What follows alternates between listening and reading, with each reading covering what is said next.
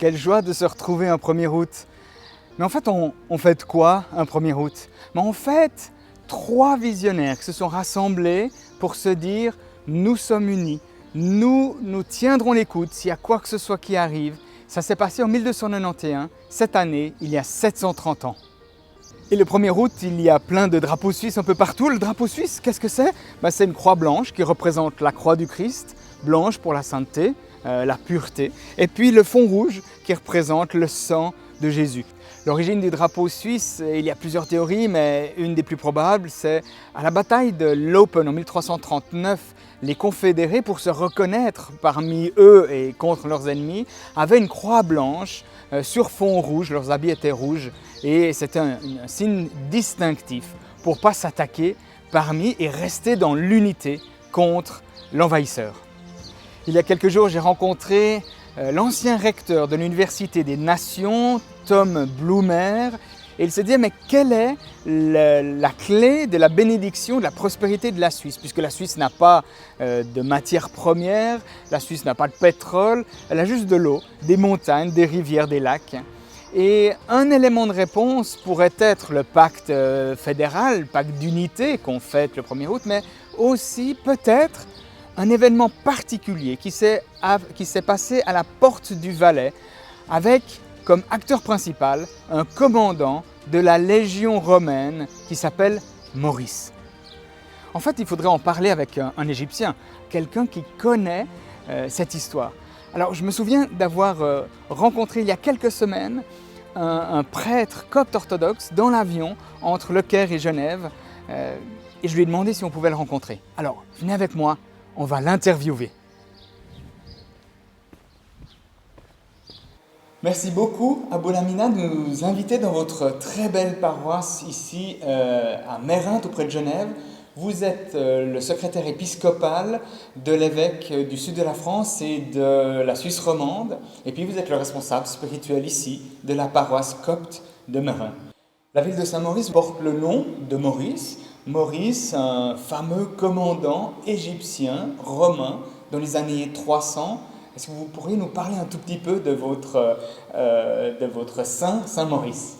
C'est un saint égyptien de Thébès, originaire du sud d'Égypte, l'Haute-Égypte. Il est parti en Europe avec la Légion thébaine, appelée par l'empereur Maximien au IVe siècle, comme vous l'avez dit, en 333 à peu près. Et ils sont partis renforcer l'armée de Maximien, sauf qu'une fois arrivés en Europe, ici près du Valais, ils étaient appelés par l'empereur à adorer des idoles. Ils étaient à peu près plus de 6000 personnes arrivées et ils ont refusé de se prosterner devant des idoles, chose qui a énervé Maximien, qui a décidé de tuer un soldat sur 10 pour les pousser vers l'adoration des idoles, mais ils étaient fermes dans la foi. Et ils ont refusé cela, chose qui leur a coûté leur vie, la vie qu'ils ont offert au Seigneur, et plus de 500 personnes étaient mortes ce jour-là.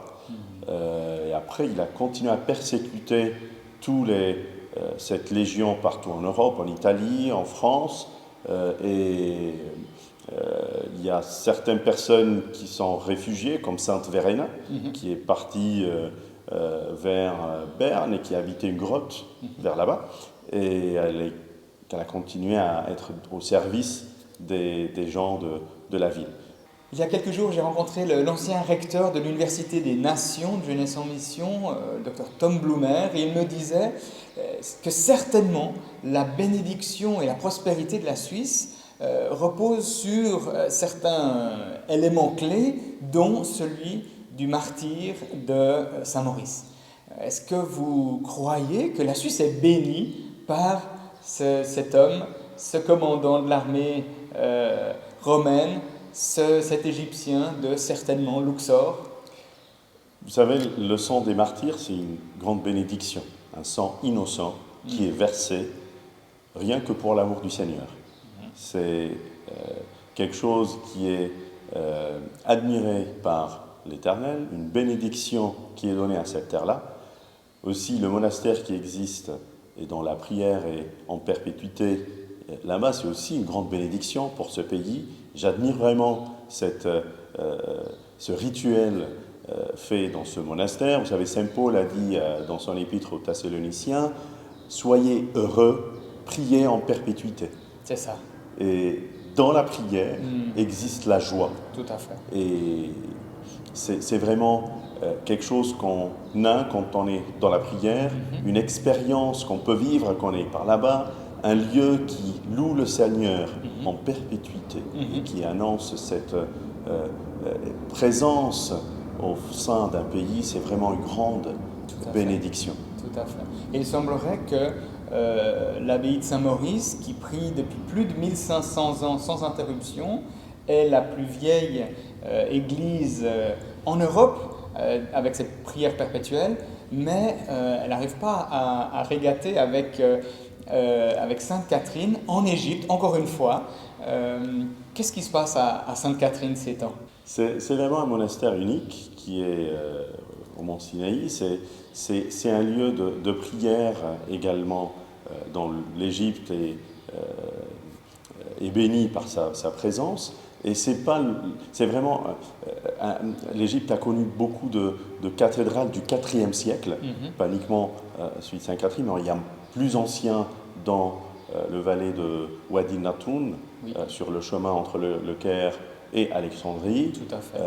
On peut trouver 3 monastères par là-bas, dont les cathédrales datent du IVe siècle. Incroyable. C'est vraiment une unicité dans le monde, on trouvait jusqu'à nos jours, toujours présente, des cathédrales avec des fresques, avec des travaux de recherche faits par plusieurs groupes de chercheurs européens, américains, canadiens qui viennent pour regarder cette richesse de foi que l'Égypte a réussi à préserver et garder comme témoignage pour les générations d'aujourd'hui. Et pour le monde entier. Et pour le monde entier. Merci infiniment pour ces précisions. C'est vraiment précieux pour nous d'avoir ce petit goût du Moyen-Orient, de l'Égypte. Et on veut se réjouir de faire la fête aussi autour du 1er août, en se disant, mais il y a eu des Égyptiens qui ont été une bénédiction pour nous ici, en Europe et en Suisse. Merci beaucoup, Père Mina. Merci à vous et bonne fête. Merci. Suite à l'entretien avec le Père Mina, j'ai aucun doute que des nations peuvent être des bénédictions pour d'autres nations. Et nous avons été bénis par l'Égypte, c'est clair. Maintenant, est-ce que ce n'est pas à notre tour d'être une bénédiction pour l'Égypte, pour le Moyen-Orient, le monde arabe et le monde en général? Avec JC 2033, nous aimerions mettre un focus cette année particulièrement sur le monde arabe. Nous aimerions faire un rassemblement, une conférence en Égypte fin septembre pour rassembler, si possible, une centaine d'Égyptiens, une cinquantaine de leaders chrétiens qui œuvrent dans le Moyen-Orient et les pays arabes et une cinquantaine d'ambassadeurs du monde entier pour qu'ensemble, unis, on puisse découvrir ce que le Seigneur a pour nous pour la préparation des 2000 ans de la résurrection de Jésus. Je dois vous dire avec beaucoup de reconnaissance que nous avons déjà reçu des finances pour ce rassemblement en Égypte. Mais nous cherchions encore de pouvoir faire venir 25 leaders de ces pays arabophones pour qu'ils puissent venir être ressourcés, impactés, encouragés et repartir dans ces pays arabophones et répandre cette bonne nouvelle de la résurrection, mais aussi de la préparation des 2000 ans de la résurrection de Jésus en 2033. Si vous désirez participer à cette action particulière, alors vous pouvez utiliser le QR code pour payer avec Twint ou carte de crédit. Vous pouvez nous demander un bulletin de versement sans aucun souci. En tout cas, merci beaucoup d'être avec nous dans cette aventure de foi et joyeux 1er août. Soyons une bénédiction pour beaucoup.